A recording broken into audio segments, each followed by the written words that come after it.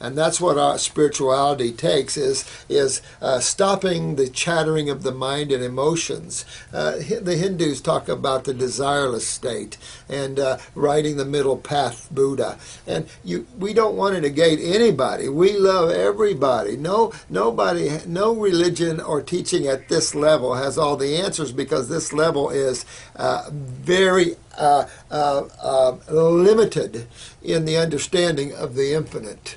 And therefore, when you must become more of the infinite if you want to understand the infinite. If you're trying to understand the infinite through reading and your mind, you can't get there. The mind is not infinite. So I'm going to show you this chart here, Drew. Let's get us up here and see if I can do it. The Eck Teachings has a much better chart. I don't follow that way. I don't believe that the individual now is quite right for that level, but we needed to back down a little bit. Very powerful level of existence, especially for souls with physical bodies.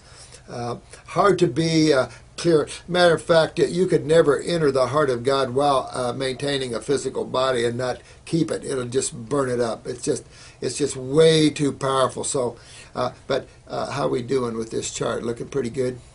If you'll look at this chart, I teach this in my school because it's important to understand genetics and etheric bodies. Because of these wars, we have so many limb removals.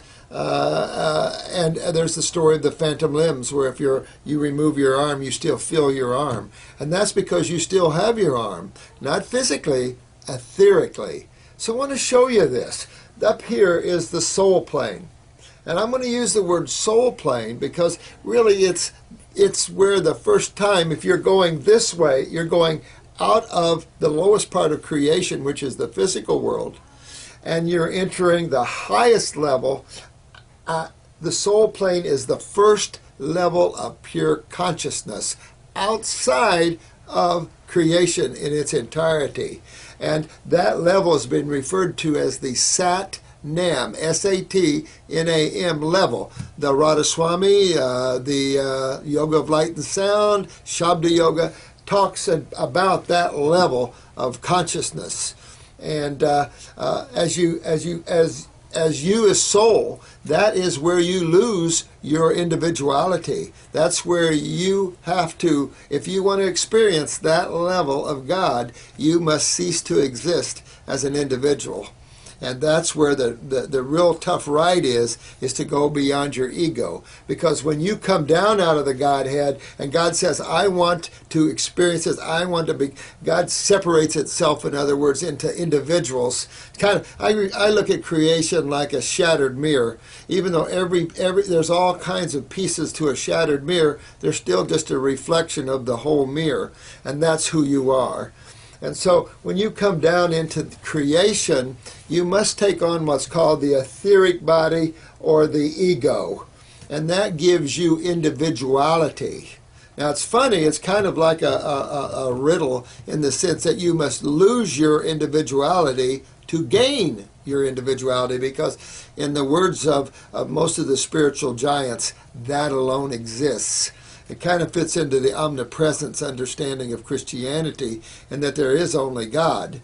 And so when it decides to manifest itself in duality, it must take on individuality. And that's the id, the ego. When this gets too big, we've got a problem, as some of you've seen on some videos. Some people's egos are just getting out of line. And, don't beat them up too much. This is life in the way it is. We must pull out of that, or we could live for lifetimes with this ego and this self type of thing. But you've got to. This is the hardest level to let go before you enjoy the beauty of the all. You must let your ego go. But it's the first time you take on a body. This has been referred to as the subconscious part of yourself. It is all seeing in creation, and it's a huge plane full of untold beauty, but it does deal with individuality. Down from that is the pure mind. The pure mind has been written a lot about by Holmes. If you read anything on Holmes, he wrote a book, I think, called Pure Mind. The other word for pure mind is cosmic consciousness. When I first experienced that, it is an allness, it is a oneness. You feel one with everything that's in creation. The problem is you're still an individual, even though one with everything. It takes the soul plane and above to lose that individuality and everything truly become one. But cosmic consciousness, Christ consciousness, there's a lot of words that the bliss plane, there's a lot of words associated with that. I think the Hindus call it the Brahm world, but it does not matter. It's the pure mind world. Get books on Holmes if you want, but don't spend a lot of time in the mind. These are formless worlds where there is no form to you. There's just levels of consciousness. When you start leaving the pure mind, that's when you start taking on a form. And that's the lower part of the mind called the causal mind. Creation divides itself into three forces. We could just keep it simple and say that's where duality is perceived. That's where yin and yang, positive and negative, male and female, that's where pure mind splits itself off into two major channels. Brahm Vishnu or Brahm Shiva in Hinduism, you have the two currents, the male current, the female current. And of course there's endless entities tied to each side, and different people worship either side and all that. However, these are two forces that are essential to duality and runs all creation below that. This causal world is an incredible world, but it's where you first take on the shape of what you see now. And when you leave the body and travel these, you will still have a similar body than you have now, just so much more brilliant, and your ability to create is just like that. Amazing to experience these worlds of jeweled cities and plants that flash every color on the planet. When you come down out of the causal world, you're out of the mind now, and now you take on the emotional body, or the you take on the emotional or astral body.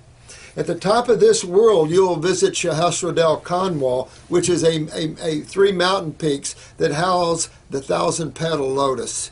Now, you've heard that in literature, especially those that are Indian, but this is an actual powerhouse of energy that feeds the astral world and the physical world, and you can actually visit this, and I've been there several times. It is such a feeling of ecstasy and nirvana and beauty, colors you've never seen before, unbelievable power, beauty beyond belief. And then you have the astral world. Again, any books by Monroe, or go to the Monroe Institute or Google the Monroe Institute. I'm sure he has mapped out a lot of this world. Spent a lot of time in there, I understand. And then you come down and take on a physical body. Well, if you look at all life here, we've proved that plants have emotions, plants have memory. And this causal world is memory. Past, present, and future. That's where that's where duality exists. When you leave the causal world, you're in pure mind, there's no memory to it. So you'll see plant animals. Everything that is here in the physical world also has an emotional counterpart, also has a mental counterpart, has a mind, and therefore you see all that in everything, even the elements.